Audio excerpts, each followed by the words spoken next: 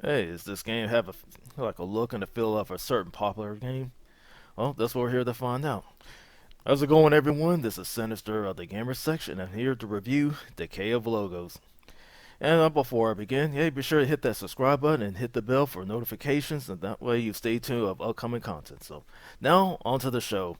Yeah, basically this game is available on all systems. PlayStation 4, Xbox One, Nintendo Switch, and the PC. I'm basically going to break down the graphics, the gameplay, the challenge, and the review score at the end. So, alright, let's begin.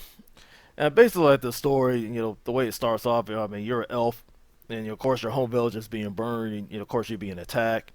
And of course, you have like a weapon nearby, and you grab that sword and you fight off your attacker, but yet your family gets killed.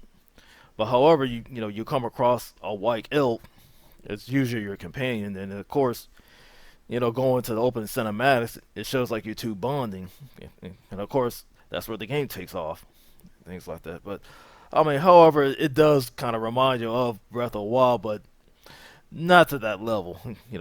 As as I progress through the story, and things like that. But as far as the gameplay goes, the combat is where this game really suffers from. As I was, trying this game out, I ran across glitches. The hit detection is really slow, and I end up, taking damage from the enemies and things of that nature. And so, yeah, really, you got to be careful what you do. And plus, with your elk companion, then it gets annoying because usually, you can ride it, but however, you can't ride it right away because you need to find a certain item to calm it down.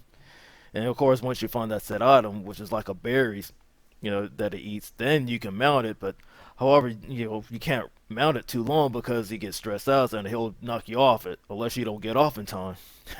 Things like that. So yeah, it gets cumbersome. However, as you traverse through the land, of course you come across these statues. And, basically you can read it. It'll give you tips, and of course that'll help you like solve puzzles, here and there. So which is really cool and all. But however, I had to give the developers props.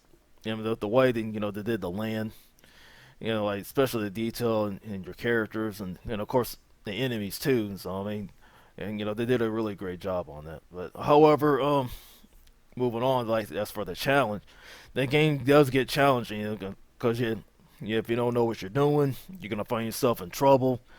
And of course, some of the puzzles, find yourself you're gonna get frustrated on. It's like, oh man, like what can I do? I mean, it really kind of hurts this game a little bit. But however, like well, I give the score.